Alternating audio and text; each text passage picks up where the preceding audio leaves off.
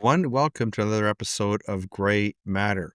Well, as you know, we talk a lot on the show about the threat of expanding government and bureaucracy in places like the United States and Canada and Great Britain, really throughout the West, and the threat that that poses to individual freedom, individual rights.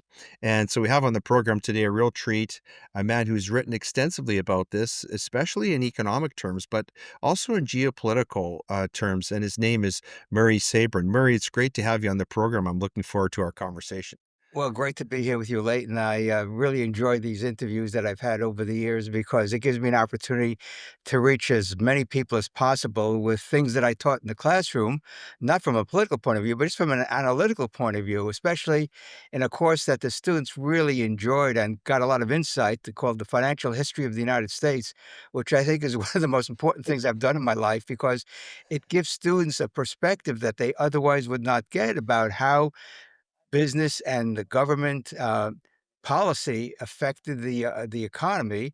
But the Hmm. great thing about the U.S. economy, this is true, I think, across the globe, is that entrepreneurs are very insightful, very resilient, very focused, and that's what makes economic activity, prosperity occur because they're able to take resources and uh, uh, develop it into products that people want.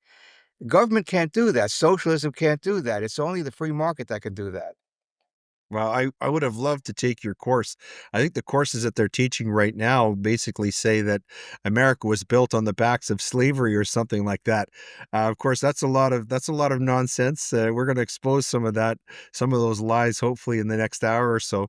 Before we get to pick your brain about some of your ideas and some of the incredible work you've done with the Mises Institute, we have a few framing aphorisms, as we always do on the show, to set up our conversation.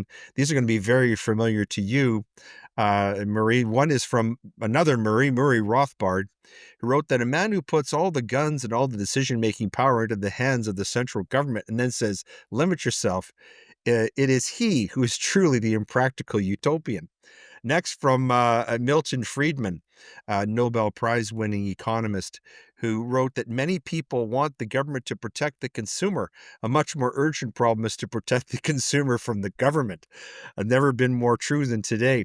And from Friedrich Hayek, who wrote, I do not think it is an exaggeration to say history is largely a history of inflation. Usually, inflation is engineered by governments for the gain of governments. And finally, from Ludwig von Mises, who wrote, there is no more dangerous menace to civilization than a government of incompetent, corrupt, or vile men. That's a great description of the people running Canada today, in my opinion. So who do we have in the show today? Well, we have Murray Sabrin, Dr. Murray Sabrin, PhD. And he is a Mises Institute Associated Scholar, Emeritus Professor of Finance at Ramapo College of New Jersey. And he most recently published a memoir, From Immigration to Public Intellectual, An American Story. I have not yet read that book, but I have read one of Murray's other books that we're going to talk about. Murray arrived in America from West Germany at the age of 2 with his parents, an older brother, on August 6, 1949. His parents were the only members of their respective families to survive the Holocaust. He has a BA from Hunter College, an MA from Lehman College, and a PhD in economic geography from Rutgers University. And as I said, to two of his books that he's written more recently are on the relationship between economics and healthcare. But one of his earlier books I had the pleasure of reading recently that was just a total eye opener is called Why the Federal Reserve Sucks. It was published back in 2019. And so that's where I want to start with you, Murray. In your book, I learned that in 1791, the first Secretary of the Treasury of the U.S., Alexander Hamilton, convinced then new President George Washington to create a central bank for the country. And Secretary of State Thomas Jefferson opposed the idea as he felt it would lead to speculation, financial manipulation, and corruption. And you say he was correct. And in 1811, its charter was not renewed by Congress. So how is it that this central bank which is causing so many problems in its iteration, not only in the United States, but also in Great Britain and in Canada. And our actually the former head of the Bank of Canada is now our prime minister. That's horrifying. But what was it is about this central bank and the Federal Reserve has caused so many problems? Well, you first have to understand the structure of banking, and Murray Rothbard wrote a great book on that called The Mystery of Banking, where he shows how um, the banking system is inherently bankrupt because what the bankers do is they take our money in as depositors and then they loan it out long term, but we have the right to take our money out short term through either checking account money or savings accounts. So the problem in banking is a mismatch, as economists would say, between the liabilities of the bank, which are the deposits, and the assets, which are loans. So if the banks really want to be true free market institutions, if they want to give out a 1 year loan, they should have a 1 year deposit. If they want to give out a 5 year loan, they should have a 5 year deposit. And this way, it would operate just like the bond market does. If corporations want to borrow money for 10 years, they issue 10-year bonds. And if you want that money back, you can't get it before the bond becomes due. You could sell it in the secondary market. So we have a vibrant secondary market for all sorts of bonds, including U.S. government bonds. So the banks realized that they have a problem. And throughout the 19th century, we had banking panics. Why did we have banking panics? If banks were operating, well, they were operating on what's called the fractional reserve system, which means they only have a portion of their deposits in the bank, in the vaults, and the rest are loaned out. And so Rothbard does a wonderful job in explaining this in The Mystery of Banking, which you can read online at the Mises.org website. All Rothbard and Mises books are available free as PDFs, and you could go through it. And I Wonderful. first read it when it came out, I think 42 years ago, and it just solidified my view of that the banking system is an is a problem for not only the U.S. economy but the global economy. So you have bankers realizing that they have a flawed banking system, but yet they continue this until we got the Panic of 1907, and this is during the Progressive period. And so what the bankers realized, we better get an institution like the other major countries in the world. The first central bank, I think, was in England in 1694, something like that, and Sweden also about the same time. And so the bankers got together in that secret meeting with their allies on Wall Street and the Congress, and they had this famous meeting in Jekyll Island in 1910, which is during the Progressive period, which was the last piece of centralizing economic decision making in the federal government. So the bankers put together a blueprint for the Federal Reserve, and the next 3 years it was presented to the people as an anti-bank piece of legislation when the bankers realized, after being told by the proponents of a U.S. central bank, that no, this was a way for the bankers to be protected for the weakness of the fractional reserve banking system. So in December 1913, President Wilson signed the Federal Reserve Act, which created the Federal Reserve Bank, headquartered in D.C., plus the 12, I think it's 12 regional offices, the major cities, New York, Dallas, Boston, Chicago, Philadelphia, Atlanta, et cetera, et cetera, et cetera. And so St. Louis, of course, being a prominent bank in the system. And so they've been operating since 1913. And what have they given us? Remember, the original Federal Reserve bill said the Federal Reserve has three missions. One, be a lender of last resort for the bankers who needed cash when they had a liquidity crisis. Two, smooth out the business cycle because when you have fractional reserves, like we did during the 19th century and the banking panics, you tend to get recessions, depressions. So the charge to the Federal Reserve was smooth these ups and downs of the economy out. And thirdly, is preserve the purchasing power of the dollar. Well, that's been a total failure since the dollar has lost more than 95% of its purchasing power Hmm. since the Federal Reserve was created. So strike one against the Fed. Strike two was the Fed was created in 1913. World War I starts in 1914. The United States enters in 1917. As you know, wars are very expensive. So you either Yes. raise taxes or you print money. And so all the countries did both. They raised taxes and printed money. And so by printing the money, prices went through the roof in the United States and in Europe. And then we got the correction called the recession or depression, which we got the forgotten depression, as it was called, a book by James Grant, the investment commentator on Wall Street, who's a free market analyst. And he pointed out this was the forgotten depression. Prices collapsed because we had deflation. The Fed uh, reduced the money supply, prices came down, wages came down, and the economy started to recover after about 18 months. So this is the first example of how the Federal Reserve caused the boom and bust cycle to be much worse than any time in American history. And so then we got the Fed pumping money in the into the U.S. economy in the 1920s to help bail out Britain. And Rothbard discusses this in the Mystery of Banking, and also his other wonderful monograph, which is available free to the public if they write to the Mises Institute, "What Has Government Done to Our Money?" which was published more than 60 years ago. Right. And he points out how the United States and Britain were colluding in order to prevent gold from flowing out of Britain because all the currencies were tied to gold. So Mm. in the 1920s, the United States kept interest rates low by pumping money in, and that gave us the great stock market boom of the '20s, plus the real estate boom of the '20s. And we know how that ended in the crash of '29.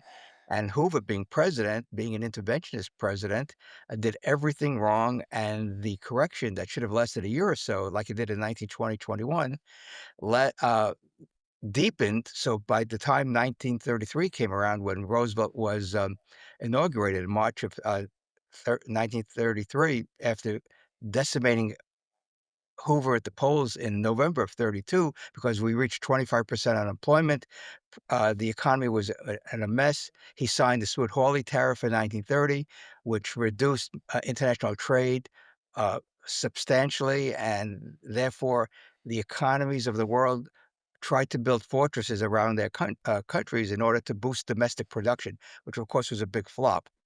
And so Mhm. the Federal Reserve then started inflating again, and the stock market took off from 1933 to 1937. You had a big boom in the stock market, but unemployment stayed at very high double-digit rates. By high, I mean 15 to 20%. So the Federal Reserve creates the boom, an unsustainable boom.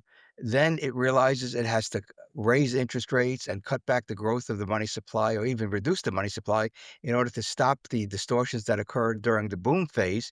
And so you get this boom bust cycle, which I wrote about in Why the Federal Reserve Yes, Sucks, that's a and yeah. navigating the boom bust cycle. So the Austrian school explains this in a very basic manner that once you distort the economy through manipulating interest rates, you create economic conditions that are unsustainable. And what are those industries that are sensitive to interest rates? Of course, it's housing, commercial real estate, industrial production, because as interest rates are artificially lowered, then current assets are worth a lot more. This is something that every student in the business school learns in Corporate Finance 1. So, what the Federal Reserve does is create a false prosperity. And if the Federal Reserve had just would just leave interest rates alone, then you would have sustainable economic activity based upon the supply demand for credit, either at the short end of the yield curve or at the long end. And that is Mm. the beauty of understanding just fundamental economics and how interest rates have an impact on what the Austrians call the structure of production. And Mhm, so mhm. uh, this helped me teach my students about you just can't learn about business without learning about the business cycle because it's very easy to get caught up in the euphoria of the boom and start expanding your businesses.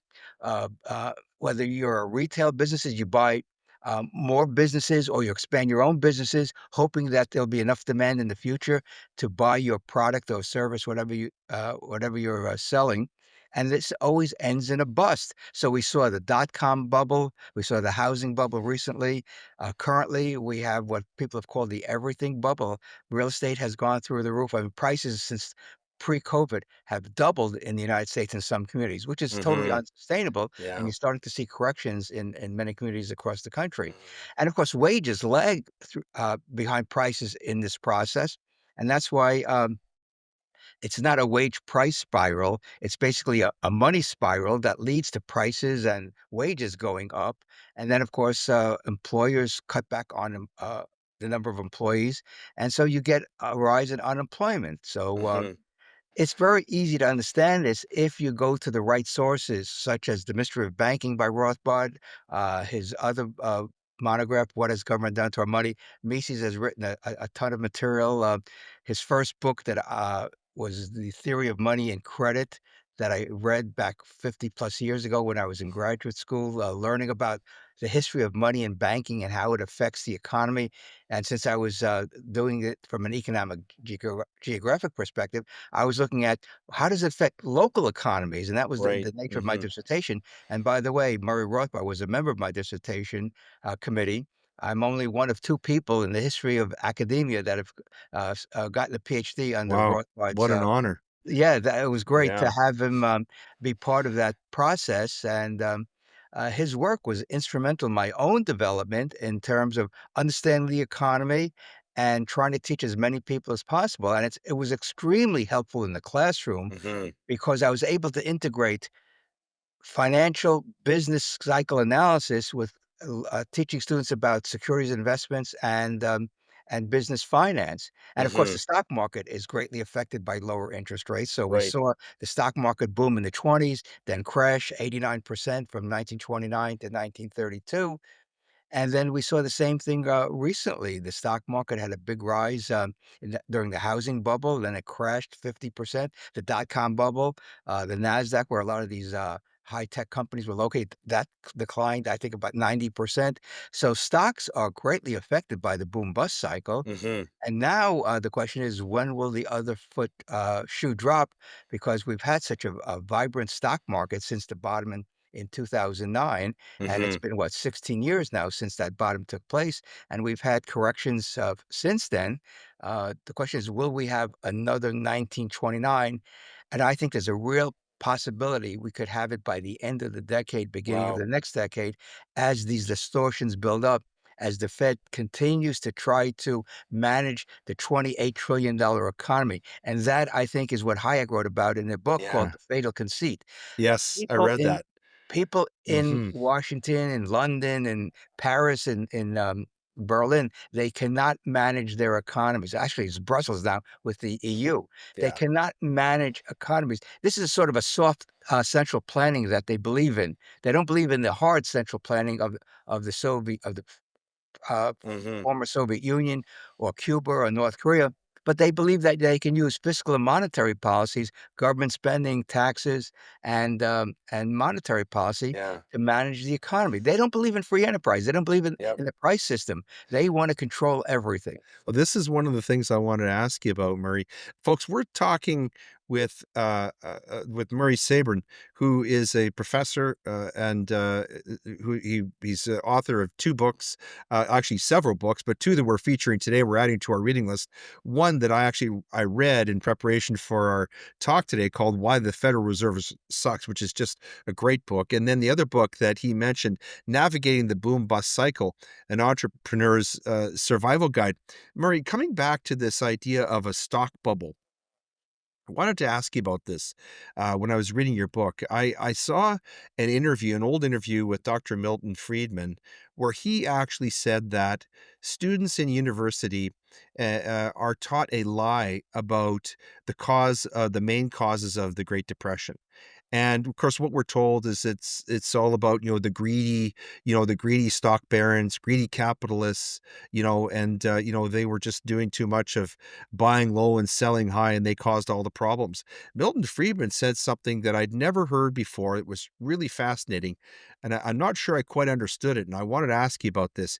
He says that the main cause of the Great Depression was actually the cause by the Federal Reserve and the government, and governments, including the government of the United States, because they thought that a big stock crash was coming, and out of anxiety about it, they started to restrict the amount of cash that was in the economy, and then that stoked fear, and that sort of led to the spiral that led to the stock market crash. And so Dr. Friedman actually blames the government and the Federal Reserve for causing the Great Depression, and not, quote unquote capitalism. What do you think about that? Well, I think Friedman is half right. It's the Federal Reserve that caused it, but not for the reasons he gives. the Federal Reserve inflated like crazy, and this is what Rothbard points out in his classic study of the Great Depression called America's Great Depression that was Right. published 60 years ago, more than 60 years ago. And he points out the money supply was booming throughout the 1920s. And the way you Right. do that is the Fed pumps money in, the bankers use that money to lend out. The margin on stocks was only 10%. So you could put down 10% and buy, let's say, $100 stock for only $10. And that would fuel the stock market boom of the 1920s. So it was the Right. Federal Reserve's easy money policies that caused the distortions in the stock market, the real estate market, and the economy in general. Now, what fooled most economists is that prices were flat during the 1920s. As Rothbard points out, there was great productivity in the 1920s because a lot of new industries were being born, such as automobiles became very popular. Mhm. You had radio, one of the major industries. You had Right. appliances that people who were able to afford it got it into their homes. So you had sort of a mini tech revolution, if you will, in the 1920s, and that kept prices stable. And so Mhm. most economists said, "There's no problem here. We will have prosperity forever because prices are stable, which is great." But they didn't look at the what the Federal Reserve was doing in order to keep prices stable.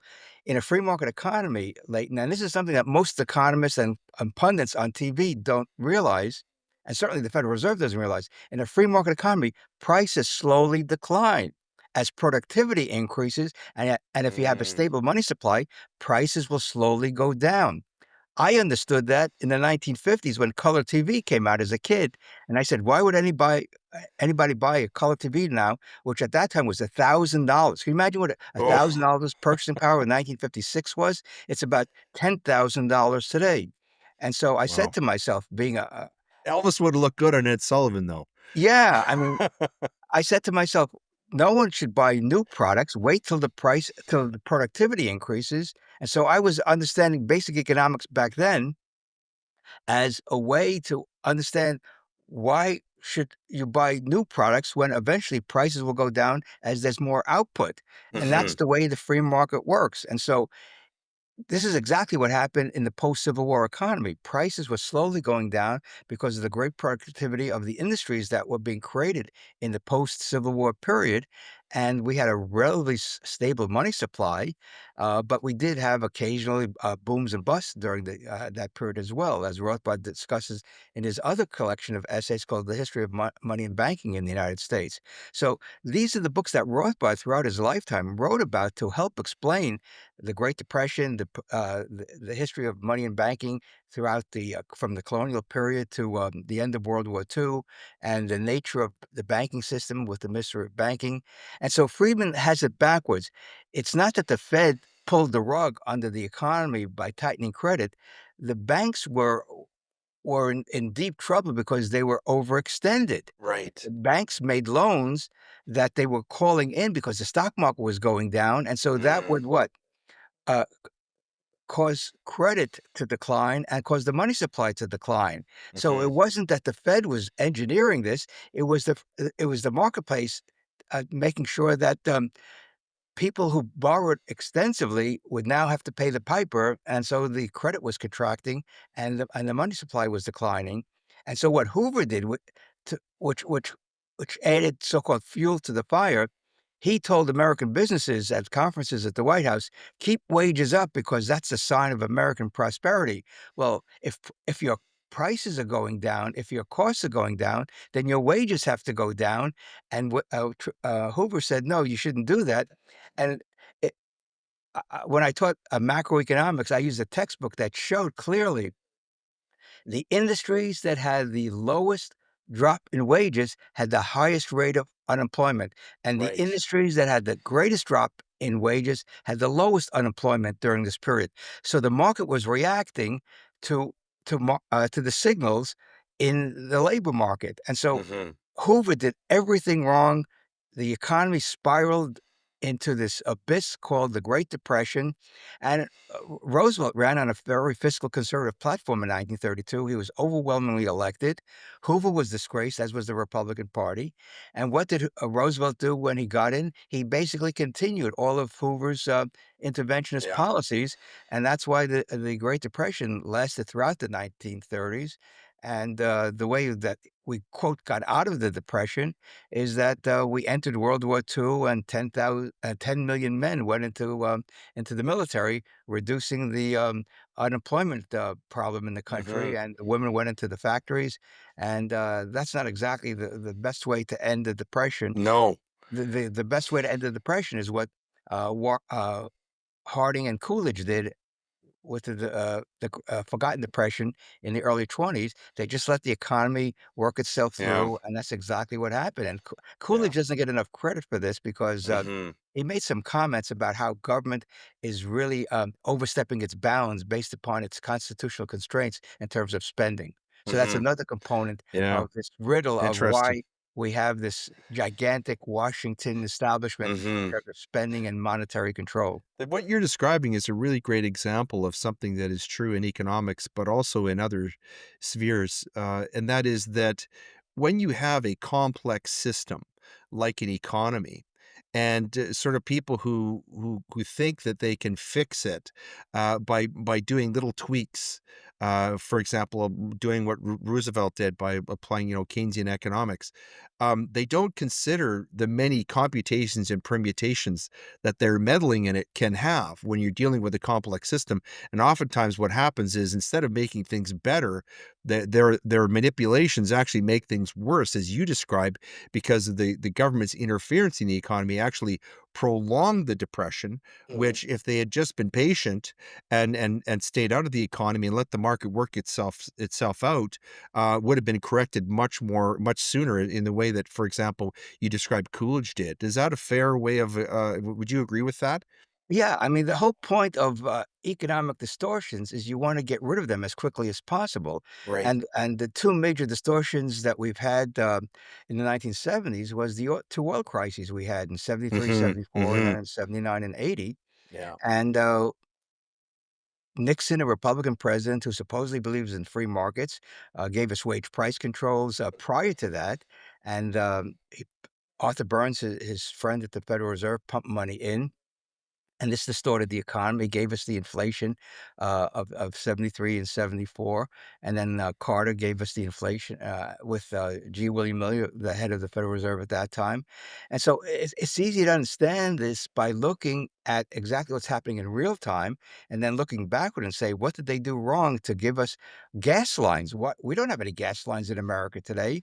The only time you get gas lines is if you have a natural disaster like we had when I was living in New Jersey, what, 10, 12 years ago, when we had that superstorm that hit New Jersey, and I filled Yes, I remember fortunately that. for myself, Mhm. I filled up my car with gasoline, but the college was closed for a week because everything was in chaos because of the damage by the storm. But that's Wow. just a one-off type of event. It's not a Sure. systematic type of event. So Mhm. politicians want to be in control. They're really control freaks when you think about it. Yeah. They Yeah. don't believe in letting people decide for themselves with the private sector on what should be produced, how much it should be produced, what price it should be sold for. They think they can manage this $28 trillion economy, and you got to give Jimmy Carter a lot of credit because he deregulated major sectors of the economy, which helped lay the foundation for the '80s and '90s boom Mhm. under Reagan and Clinton. Wow, that's So interesting. I've never heard Jimmy Carter being given credit like that. yeah. Yeah. I Oh, mean, fascinating. what he did was he enlisted the uh, help of economist Alfred Kahn from Cornell, and he did a study saying, "Listen, all these industries are keeping prices higher than they otherwise would be in trucking and airlines and utilities and so on and so forth." And look what's happened to prices in real terms; they've come down. Same thing with gasoline Right. prices have Mhm. come down. Mhm. So again, once you understand basic economic analysis or basic economics, put it this way. And Mises really summed it up in his magnum opus called Human Action. If you Right. understand how human beings interact with each other economically, then everything falls into place because it's governed by prices, it's governed by wages, it's governed by people's goals and decisions that they make in a voluntary exchange economy. That's what a free Mhm. market is. And anyone who thinks that they can do better than the free market is really showing their arrogance because if you really know how an economy functions, then participate in the economy by producing something that the people want. But all they want to do is be armchair business decision makers and armchair monarchs. That's much easier, isn't it? Yeah, I mean, you do an edict or you pass a law and you think you're gonna make the economy better, and that's Right. why these executive orders by Trump are so troubling is that, Yeah. first of all, he has no constitutional authority to raise tariffs on his own. That's the responsibility of Congress, according to the Yeah. Constitution, and, we need to go back to a free market economy, not only domestically, but Yeah. internationally, and the way to do so is, and I've written about this at the Mises, Institute website, uh in March, a piece was published, which is a condensed version of a much longer piece that'll be in a forthcoming book on taxes, on taxation. And I talk about financial independence and a constitutional federal budget. That's why I have a new brand, Right. MAFI, Make America. I read this piece. It's called Toward Financial Independence and a Constitutional Federal Budget, right? This is one of the most important pieces I've ever written because Mhm. what it says is if we're going to rely on the Constitution for what we can or cannot do.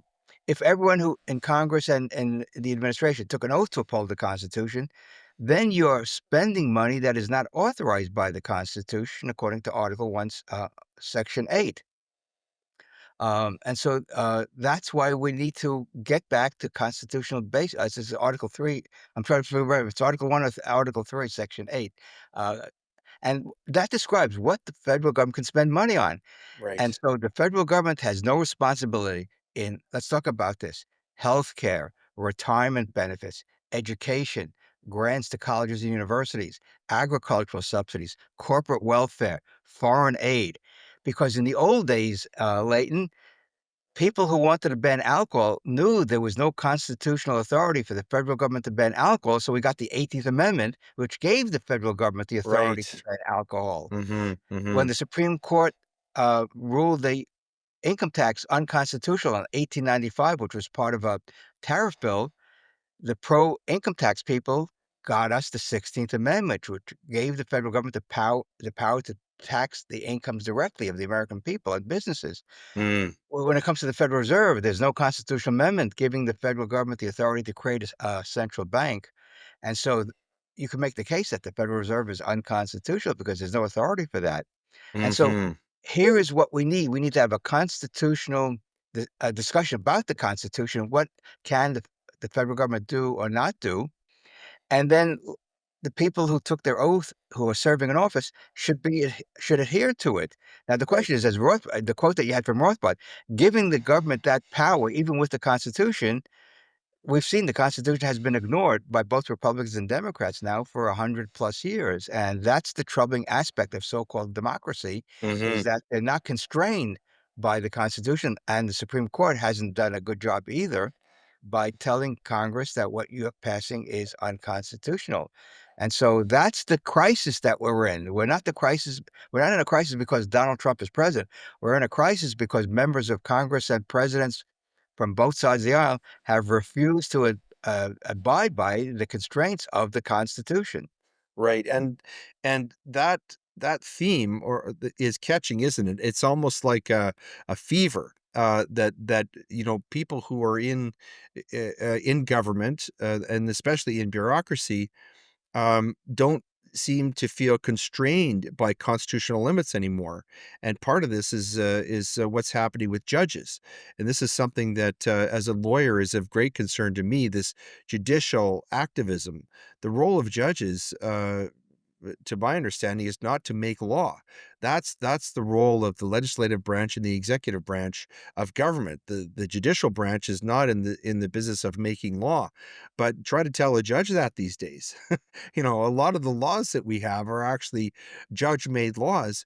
And I believe you wrote a piece recently about some judges in the United States who are actually trying to direct United States domestic and foreign policy.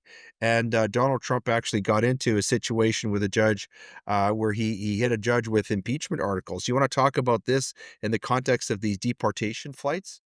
Well, this is some as an immigrant, I think I have the moral authority to talk about immigration since we came here illegally in 1949 because my father wrote his great aunt and his first cousin who preceded us to the United States. My great aunt came to the United States when she was a child, I think in the 1890s. My father's, let's see, his his mother was taken to the United States by her aunt. So my father's great aunt took her to America. She grew up in America and then went back to Poland and married there and unfortunately perished during the World War II. Mhm. So from an immigration point of view, I've written about this fairly extensively. If you want to come to America, we have a procedure, we have a process, we have laws in place. Come to America through the front door by getting a sponsor who would be responsible for you and not feed off the taxpayers. Now, from all the data that we've seen, most immigrants come to America, illegal immigrants who want to work here. The ones that want to live off the taxpayer, they should, of course, be refused any sort of social benefit from the government. But you've got to have a process of coming through the front door. The problem with why illegal immigration has boomed, according to some analysts, is that we have very low quotas on people coming into the United States. That's a problem because if you're waiting in line for 5, 10 years, you get very antsy. In fact, I gave a guest lecture to one of my colleagues' classes, and a student said her cousin, I think from Peru or Colombia, had been waiting in line for 15 years to come to My America. goodness.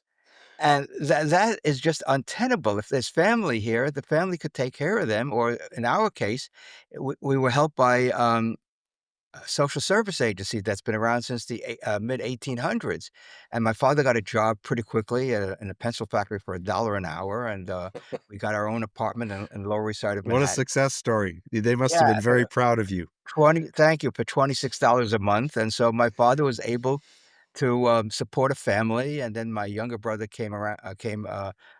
was born in 1953, so there were 5 of us, living in a small railroad apartment with a toilet in the hallway and a tub in the kitchen, no shower, and then in 1953, after my younger brother was born, again in August of '53, so it's August of, '49, we came to America, August '53, we moved to the Bronx. All this history is in your most recent book, right?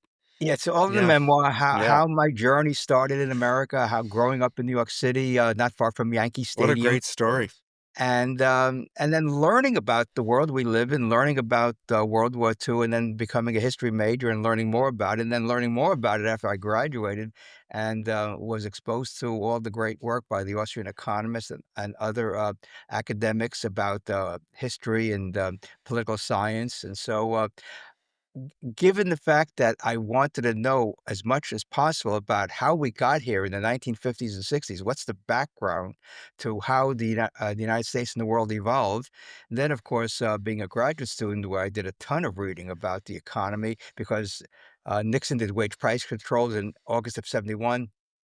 I entered graduate school full time in September of '72, a year after that, and, the world was ch and then, of course, we got the, Yom Kippur War in October of '73, and so the Mhm. world was in chaos. Nixon resigned in August of '74, so August seems to be a prominent date, a time of the year. World War One started in, 1914, in Sure. August, and, I think World War II started in September. Yeah, So August, September 1, September 39. Mhm. and of course, we had the, Gaza situation in October of, Right. '23. So again, the fall seems to be for some reason, I can't explain it, is where a lot of nasty things happened, to say the least, throughout history. Mhm. So, uh, the point is we have such an opportunity. Trump has such an opportunity with his America First, stop endless wars, reduce taxes, but unfortunately, he doesn't wanna reduce spending the way it should be, and that's why Mhm. I criticize his choice of, Elon Musk to head Doge. JD Yeah. Vance, as vice president, should have headed it up, bring in the free market economists, get the input from the Right. Competitive Enterprise Institute to deregulate the Mhm. economy more, which Trump is doing to some degree, and then talk about the spending that is just unsustainable. The Wall Street Journal reported today that the Social Security and Medicare trust funds are going to go to zero a year earlier because of all the expenditures and probably Mm. because of the reduction in the taxes to support these two programs. And Right. so in my article, especially in the long one, I talk about how we can transition to financial independence, which is what I think every parent would like to see their children have when they Right. grow up. I Mhm. don't know any parent that teaches their children, "You should be financially dependent on the government when you grow up." Un But what's happened in the United States, as you know, Leighton, and I'm sure in Canada as well, we Mhm. have these 2 mega programs, Social Security and Medicare, Yeah. where people believe the federal government's gonna take care of them for a good Yes. portion of their needs Mhm. in retirement, and low-income people with healthcare, with Medicaid. So I've talked about how we transition to where we are today to a free market, financially independent society without anyone getting hurt. And I Mhm. describe this in great detail in my very long article. But again, we have to be honest about these programs. They're not sustainable because they were bailed out under Jimmy Carter, they were bailed out under Ronald Reagan. And we know if you have a program that's being bailed out by the government over and at different periods, you know that it's financially unsound. Right. And Mhm. we don't have 401ks being bailed out. We don't have IRA accounts being bailed out because they're based upon free market principles. You take your money, you invest it in assets that you believe will give you a good return over time, and Right. whatever happens over the 50 years that you're investing or 45 years, you can have a lot more money than if you just put the money under your mattress or or the government was going to provide you with retirement benefits. So again, it's pretty easy to understand the whole concept of saving. And Yeah. unfortunately, because of the Keynesian input to economic policy since the 1930s and 40s, people believe that it's the government's responsibility for your retirement benefits with Social Security, for your healthcare benefits with Medicare and Medicaid from the 1960s. And again, they're eating up more and more resources when there are voluntary, sustainable programs that are in place right now that could do the job that the government says it's going to do for the people. Mhm. This reminds me of something that and one other thing I really wanted to ask you about, and I would be remiss if I didn't do it. But folks, we're talking with Murray Sabrin. He's a scholar, a Mises scholar, professor of economics, and author. And we're picking his brain about some of the big ideas that are impacting the economy that many of us don't really understand. Some of the forces that are shaping really our lives. I want to talk to you about inflation. You were just talking about investment, Murray, and I want to talk to you about inflation. It's a concept that is really not well understood by most people. And I believe this was coined by Murray Rothbard. He described it as a bit of a magic trick. A magician doesn't do a trick. What he does is he creates an illusion, often through employment of a distraction, which fools the audience into failing to understand what he's really doing. Now, for a central bank, inflation is the ideal magic trick because the public don't see inflation as a tax. The magician is presented as a normal and even necessary condition of a healthy economy. But what inflation is, I mean, the real problem is that governments love inflation, and this is what I want to ask you why, because there's this tension. People hate inflation. They know it's bad. They don't really understand what's causing it, but governments love inflation, and the culprit seems to be the same one that you've been talking about. It comes back to the Federal Reserve. So tell us about inflation and how this works. Well, there are several things that drive the Fed to do what they do, which is basically create money out of thin air. I mean, they have an unlimited checking account when you think about it, that they can buy government bonds, they could buy $1 billion a day, they could buy $1 trillion a day. They have an unlimited checking account. When I learned about this, I said, "How could an institution have that type of power of just creating money?" Exactly. Yeah, We have to it's mind earn blowing. our we have to earn our money. We either have to work in a job, have a small business, have investments. We can't steal the money from anybody else, and that's what the Federal Reserve essentially does. It steals our purchasing power by creating more money. Prices tend to go up. The example, I guess, would be if you went to a farmer and bought a gallon of milk, and it was 100% pure milk right out of the cow, and you pay whatever the price is. Let's use an easy number, $1 for the milk. And then the farmer realized, well, if he could put some water in the gallon and only give you 90% milk and still charge you for $1, that's inflation. He's inflated to the consumer the cost of the milk when you're only getting 90% milk instead of 100% milk. So that's what the Fed does. It creates money. That money enters the economy and it tends to ripple through the economy, raises prices and wages. Wages always lag the rise in prices. And so businesses get, quote, stimulated because now they can charge more for their products, and consumers sometimes are willing to pay for it, sometimes they're not. Depends on the intensity of demand for that product. And so as this process goes on, as the revenue goes up to businesses, the taxes go up. Wages go up, taxes go up because you're now paying greater taxes on the money that you earn. So the government gets a windfall of greater revenue without having to raise tax rates. So this is a real scam on the part of the Federal Reserve and the federal government because the federal government gets more money from higher prices and higher profitability of businesses and higher wages. So this is why inflation is such an insidious process. People blame the businessman. They blame greedy union workers or workers in general, when it's actually the Federal Reserve that sets this process into motion. So the solution is stop inflating, stop printing money, and let prices settle at a level that represents supply and demand in the economy. Mhm. And as you point out, what creates wealth over time? It's investment. Right. Started my classes by having a little uh, flow chart from Rothbard's one of his monographs called "The Case for 100% Gold Dollar," where he points out that in a free market economy, savings and investment leads to production. Production and the people who produce now have money, which they can then what? Buy goods in the marketplace.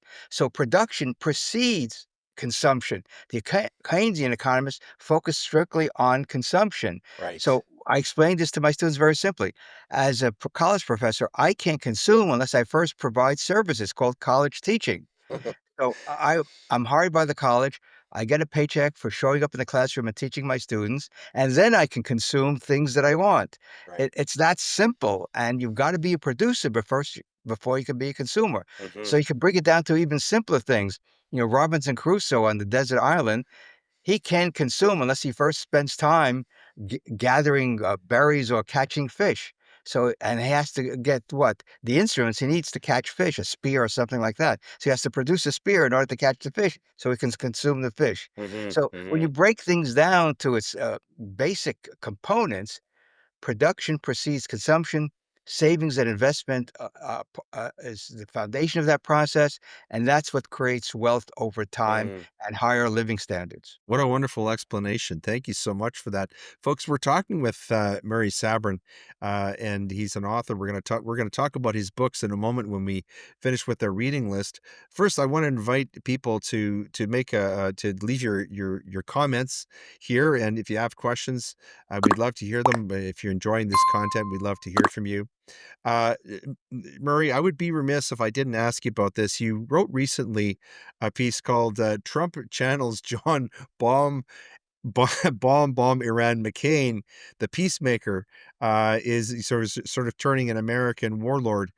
Um, and you asked the question, will Trump's deal making backfire in future negotiations? Obviously, as we sit, things are over in Iran, are very are very tenuous. That there's a and there's very little space, it seems, between the United States and Israel in terms of what's going on there. What are your concerns about America getting involved directly in that conflict between Iran and Israel? Well, we don't know what the Chinese, what the Russians are going to do to help Iran with missiles that could be sent at hypersonic speed into Israel. So Israel, what Israel did in effect is they made their country a big target from the Iranians and possibly the Chinese and Russians, Interesting. not directly, but indirectly, just as we're Mhm. providing material to Israel. There were reports that the Chinese sent over three 747 planes to Iran. What's in them, well, nobody knows Oh yet. boy. The Russians and the Iranians have, I think, a mutual aid treaty. This could be So like again, Vietnam all over again. this is worse because Yeah. now we're talking about a part of the world with nuclear weapons. You got India Yeah. and Pakistan with nukes there. Mhm. You've got, obviously the European Union. So again, this is the worst situation in my lifetime because the other worst time was the Cuban Missile Crisis in 1962, where Right. the Mhm. United States and the Mhm. Soviet Union nearly had an exchange over Cuba. But this Mhm. is more serious because, there are some people, who think that, this is great because Armageddon is coming, and then we'll have, the Messiah coming, and then that'll be the rapture, and who knows what else will happen there. But, Mhm. the point is, geopolitics in that part of the world is something that the United States should have stayed out a long time ago, Mhm. and, the irony here is the real irony, and no one talks about this. There's no one mentioning this on the cable shows, on TV. Israel suppose allegedly had between 80 and 200 or more nuclear weapons. Iran has 0, and they said they don't want a nuclear weapon.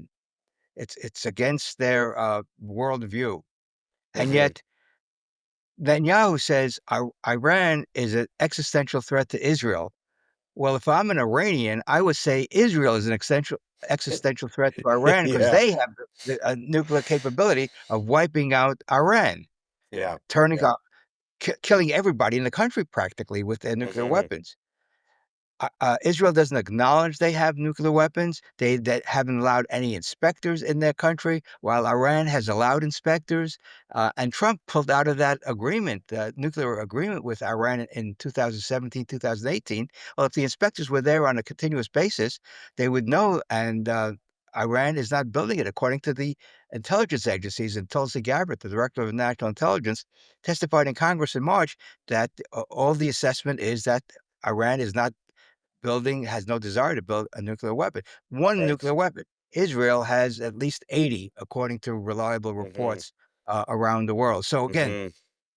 this is the worst case scenario for the United States, Yeah. especially for a president who says he wants to be the peace president and stop Mhm. endless wars. We could be involved here for years, maybe even decades. We were involved in Afghanistan for 20 years. And what did we do? We left tens Yeah. of billions of dollars of military equipment as we pulled out under Mhm. Biden. Mhm. I lived Mm. through the Vietnam War, as a college student and then a graduate student. We were told by Johnson this was gonna end quickly, and it lasted for 10 years. Mhm. We were told that Afghanistan was gonna be a cakewalk, and it lasted 20 years with no victory in sight. Yeah. And the amazing thing, how anyone can credibly say to the American people that Iran is a threat to our national security is beyond me. Right. It's a landlocked nation with virtually no navy, an air force that is not very great, with no basic destroyers or any aircraft carriers. Where, I mean, anyone who says third world nations are a threat to the United States is really engaged in propaganda on steroids. Mhm, I mhm. mean, we heard this Yeah. in the '60s with the domino theory in Right. Vietnam. We Mhm, heard mhm. this in the Mideast that Saddam Hussein has weapons of mass destruction, and there may be a mushroom cloud over Washington, D.C. if we don't stop Yeah, Saddam Hussein. yeah. I mean, this is the propaganda that the establishment in Washington, D.C. has been peddling to the American people, and unfortunately, too many people believe it, and especially members of Congress. Mhm. So I would urge President Trump to if he really wants to be an American first president, he should realize that intervening on behalf of another nation in a military conflict is not America first, it's America Right. last. Right, so he should focus in your opinion, he should focus on the mandate he was given last November, and that is to deal with the many problems, the domestic problems that exist in America that were inherited from the Biden administration, and that there's much work to do there, and that getting involved in these foreign wars really, is not going to address those problems, but it could potentially, lead to new ones that are even more serious than the ones that Not only existed at the time he became the president. Not only that, the reports that Trump said he gave the go-ahead to Netanyahu, to attack Iran while he had negotiators discussing, Mhm. peace Yes. with Iran. So if you're a Yeah. foreign, leader, you're gonna say, "Why should I ever negotiate with the United States since they're, on the Yeah. one hand, trying to negotiate a peace deal, on the other hand, they're giving, an ally the go-ahead to attack, Mhm. another country." So I Yeah. think Trump lost a lot of credibility for the past 2 weeks. I think it's gonna get a lot worse, and, if the United States gets directly involved with bombing Iran, and then Iran, uh, counters with attacks on American bases in the Mideast, then who knows where this leads to. I Mhm, mean, mhm. this could end in such a disaster, and what that could mean politically for Trump and the Republicans is the Republicans lose the House in 2026 to the Democrats, and guess what happens in 2027, the first day the Congress is back? Impeachment proceedings against Trump. Right. So Trump is Yeah. not playing the long game, he's not playing 3D chess, he's just basically allowing Netanyahu to determine US foreign policy. Fascinating, fascinating perspective. Thank you for that. Folks, we've been talking with Dr. Murray Sabrin. He's an author, a scholar, an economist, and we spent about an hour with him. We're so grateful for his time. We want to finish off with our reading list. Murray has written several books, but two that we're going to feature here. One, as I mentioned earlier, I've read called "Why the Federal Reserve Sucks." And this is basically he explains in terms that I think most people can understand how the Fed creates the business cycle by creating money out of thin air and all of the problems that result from that. And you'll be shocked to hear what all those problems are and how far-reaching they are. The other book that again is a f- is I've only read the summary of it, and I do plan to read it. It's called "Navigating the Boom Bust Cycle: An Entrepreneur's Survival Guide," and it asks the question: Will your business be prepared when the bubble bursts? Murray, maybe you could tell us why you wrote this book, and really what its focus is. Well, I wrote, Why the Federal Reserve Sucks when I was on sabbatical in 2018, and I said, "What could I do on a sabbatical that would, provide a book that would have a greater insight into," because we just had gone through the housing bubble, the dot-com Right. bubble, and I wanted to put it all together and how the Federal Reserve is responsible for all this with through easy money and manipulating interest rates, and again, I started doing more research about it and got into the history of money and banking, and then talked about contemporary issues with the housing bubble, and I saw the housing bubble when we were down in Florida in that time period prior to 2007, 2008. I mean, landlords were converting their, rentals into, condos, and people were lining up like crazy to buy them. So that there was an indication that there was a overheated, housing market, to Mhm. say the least. And then, navigating the boom bust cycle was, done by Business, Experts Press.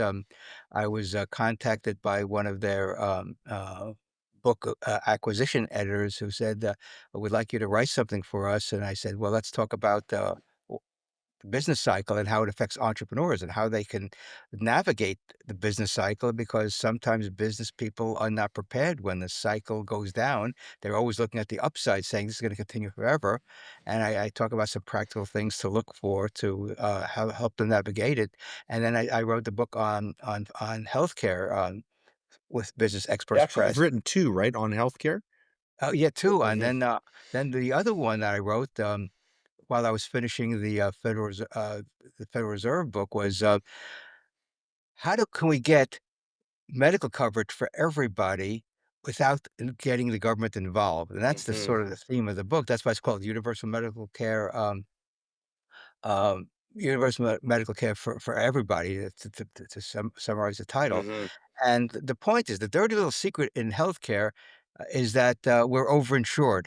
That's and mm, we have employer-based medical insurance. These should be all free market uh, institutions. We should get insurance that we need through the free market, like we get for automobiles and right, property and casualty.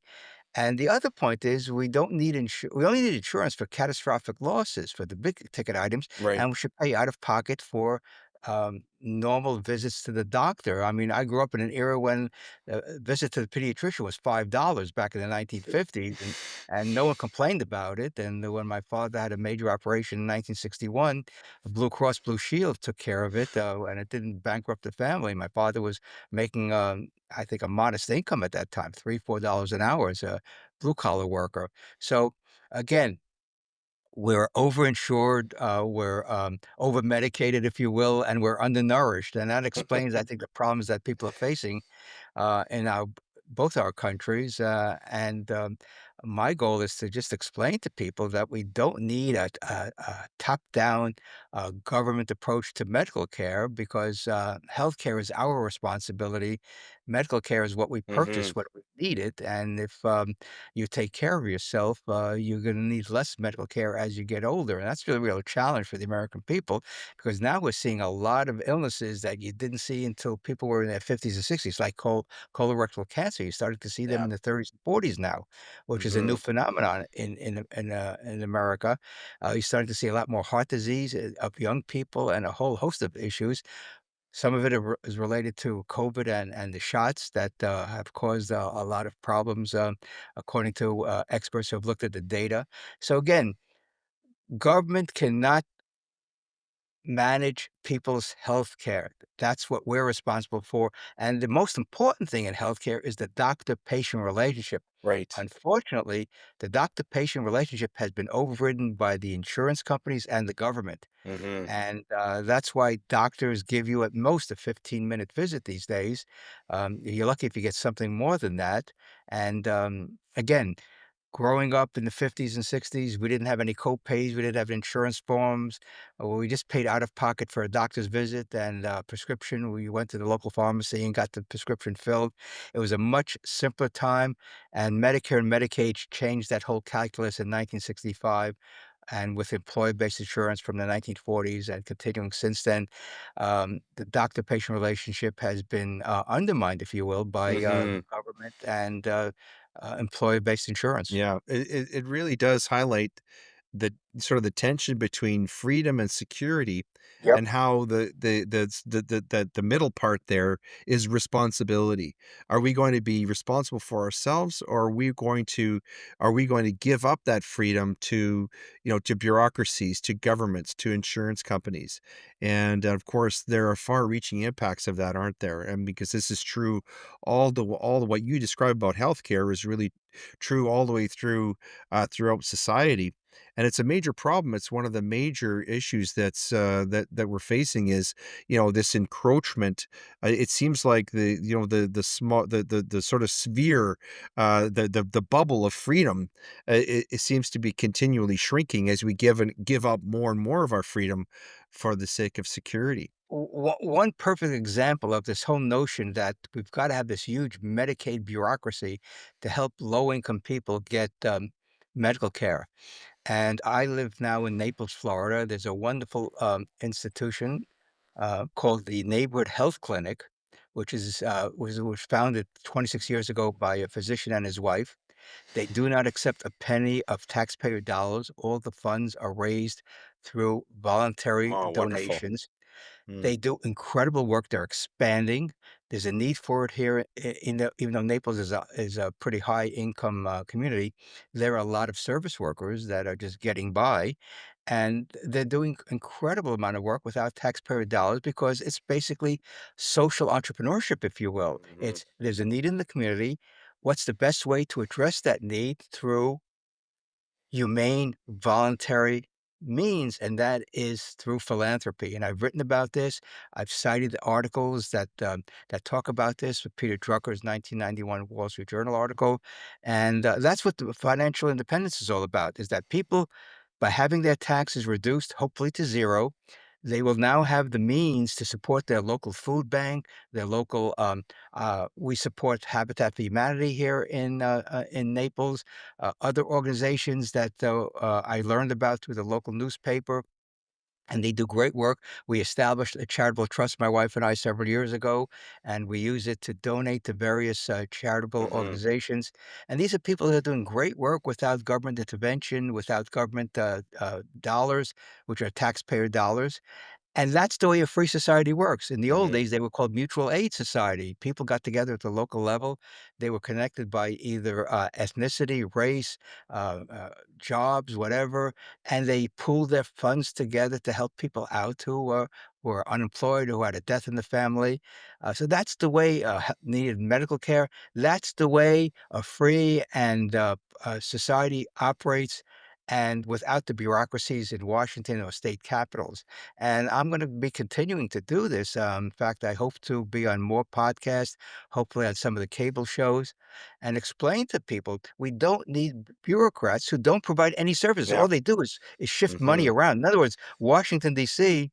has become a big money laundering operation. They take money from people and return it to organizations that rely on the government or give directly to the people. So why not do this all locally? Because all the Mhm. people in America live in some community, and then we have the organizations in those communities, food banks, and like I say, Habitat for Humanity. There's a major housing shortage of multifamily housing, so people can have a decent place to live.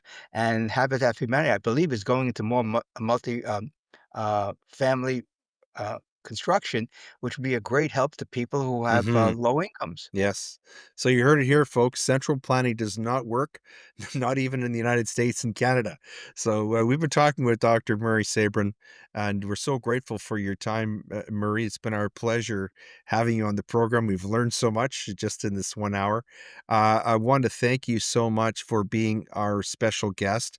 And before you go, perhaps you could let people know where they can find you, where they can find your books and your periodical writing. I know that you're a proliferate writer. You're always producing new articles. I also read something called the letter that you read to Andy Kessler. That was a brilliant piece. So there's lots more content. If you're engaged with Murray, folks, there's lots more content you can find. So Murray, where can people find you and learn more about your work and your writings?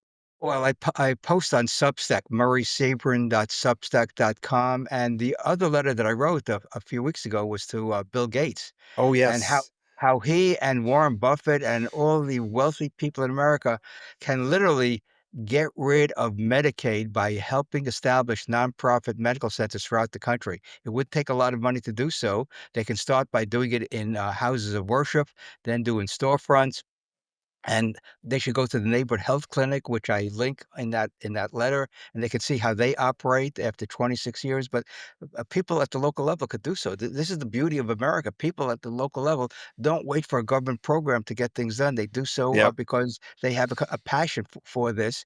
And so all my books are on Amazon. I link them in my Substack, and so I'm very proud of the books that I've published. I hopefully they'll have an impact as time goes on, because this is an incredible country of 340 million people where we can go online, order something from Amazon or another company, and we get it the next day. It's Yes. incredible how e-commerce has really, changed the retail landscape, and then, of course, you got the mom and pop, boutiques in the malls, and other places on Main Street. We have, the big box stores. We have restaurants, here in Naples, there are hundreds and hundreds of restaurants you could choose from. Everything is available to us, from internet to, smartphones to cable service. And it's amazing the great work of the entrepreneurs. That's why I would love to see more entrepreneurs profiled on TV as opposed to people from the government. Yes. So Mhm. there are 2 great myths, Leighton. Ronald Reagan said one of them, "I'm from the most dangerous sentence in the English language is, 'I'm from the government, I'm here to help you.' And the other one was, 'I'm from the Federal Reserve, and I know how to manage the economy.'" That's gonna be my tagline. That's another dangerous sentence in the English Mhm, language. mhm. Well, Murray, I want to thank you so much. There's a lot of dangerous sentences we've learned about today, but it's been great to have you on the program. We've learned so much. Thanks for all of your great books, and please continue all of your wonderful work. And thank you sincerely for being our special guest here today on Gray Matter. It's been our privilege. It's my pleasure, Leighton, and thanks for the opportunity to reach your audience. All right, thank you.